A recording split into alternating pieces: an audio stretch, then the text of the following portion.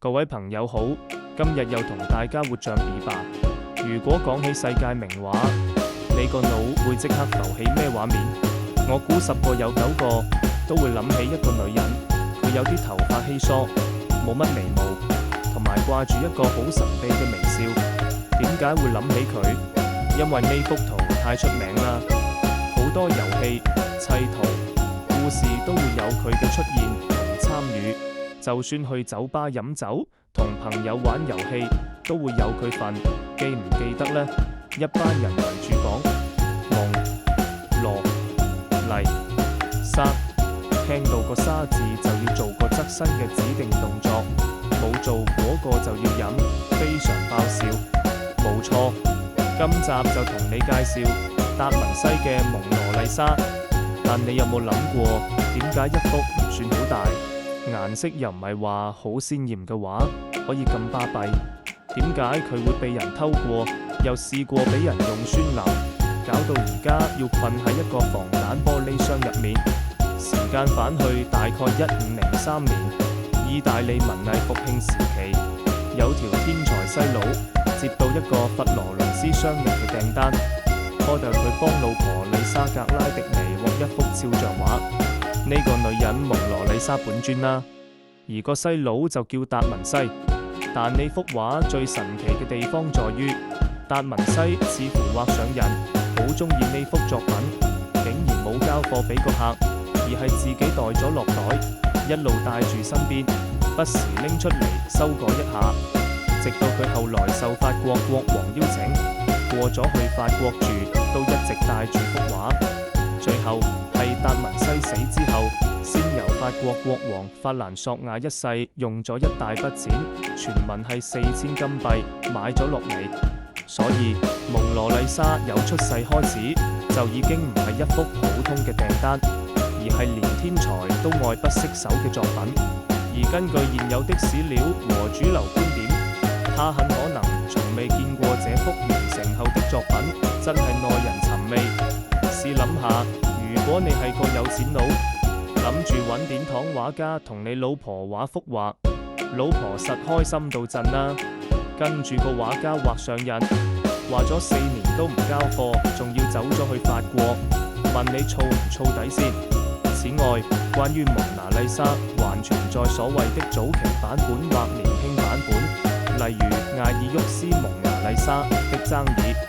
如果這些版本確實與達文西相關，或許麗莎有機會見到創作過程中更早期的某個版本，但這一點目前並無確鑿證據支持。一幅畫竟然可以咁有故事性，係咪好有趣？係咪好值得介紹呢？蒙羅麗莎唔見咗，好啦，幅畫就咁成為咗法國皇室嘅收藏，一直放喺羅浮宮度俾人欣賞。雖然出名，但未至於去到神台級。點知1911年發生一件震驚全球嘅事，冇錯，係成幅畫喺羅浮宮俾人偷走咗。個賊仔係一個意大利嘅愛國玻璃工匠，佢叫佩魯吉亞。佢嘅動機好簡單，覺得蒙羅麗莎係意大利嘅國寶，點可以留喺法國？於是就趁唔為意，成幅畫拆出嚟，收喺件工人袍入面，就咁行咗出羅浮宮。吉亞哥份人好天真，過咗2年後就覺得冇人記得，嘗試將幅畫買去意大利嘅畫廊時先至被捕。佢可能以為單嘢就好似係百佳偷咗樽酒，隔2年後買俾惠康咁簡單，但係你偷嘅係世界名畫，梗係俾人捉啦。於是蒙羅麗莎就光榮回歸法國，經過今次免費宣傳，幅畫就正式封神，成為無人不知嘅世界 icon。試過被偷，又試過被人用石頭掟，用酸淋。羅浮宮開始注重對佢嘅保護，由嗰時開始對幅名畫嘅措施係：一個獨立嘅超厚嘅防彈玻璃箱；2溫濕，確保佢唔會變質；3周圍有圍欄同大量保安； 4. 永遠都有一大班遊客圍住，你想靜靜雞同佢 selfie 都難。從此以後到今日，幅畫仲係好安全。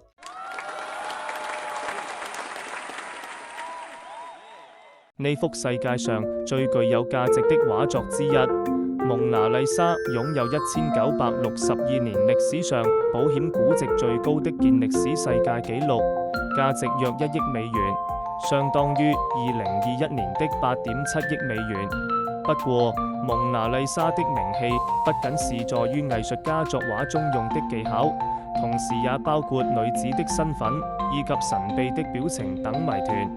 學界長期對於這幅畫作進行着評論和爭議，雖然曾對該畫作的背景來歷提出多種假設，但也仍然缺乏足夠的證據以證明各種結論的正確性，更使蒙娜麗莎的存在引起人們的好奇。講咗咁耐歷史，咁我哋普通人睇呢幅畫，究竟要睇啲咩先算係識貨？我同大家歸納3大重點：一、嗰個神秘微笑，呢個係精髓中嘅精髓。你企喺唔同角度睇唔同時間，你會覺得個笑係會變。好多鬼片劇情都係咁，你正面望住佢，覺得佢好似微微笑，有少少溫馨。你視線一離開，或者用眼角掃一掃，又覺得個笑好似收返埋，有啲哀傷，甚至帶點不屑。呢種捉摸不定嘅感覺，就係達文西用咗佢發明嘅暈塗法，將顏色同光影嘅界線模糊化，令人物輪廓同表情好似融喺空氣中一樣，效果一流。二、佢嘅眼神同個微笑一樣，無論你企左定右，你都會覺得蒙羅麗莎嘅眼神係望實你。呢種佢睇實我嘅感覺，令觀眾同畫中人有咗一種奇妙嘅聯繫，好似同佢有交流感。3、個背景好魔幻，你睇下佢後面啲山同條路，係唔係有啲朦朦，好似夢境咁？